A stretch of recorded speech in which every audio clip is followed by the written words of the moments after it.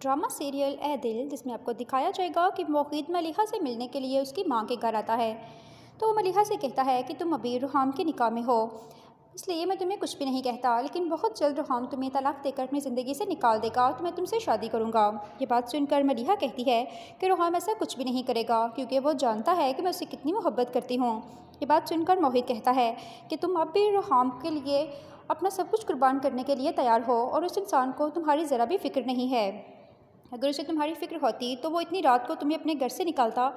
ये बात सुनकर मलिहा कहती है कि मैं अब भी रुहाम से मोहब्बत करती हूँ, तुम मेरा माजी थे और मैं रुहाम के निकाह में हूँ, इसलिए किसी गैर महरम को देखना या उसके बारे में सोचना भी मैं गुनाह समझती हूँ।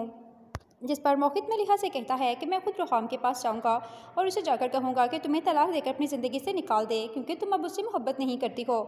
मलिहा मोहित का हाथ पकड़ लेती है, लेकिन मोहित वहाँ से चला जाता है।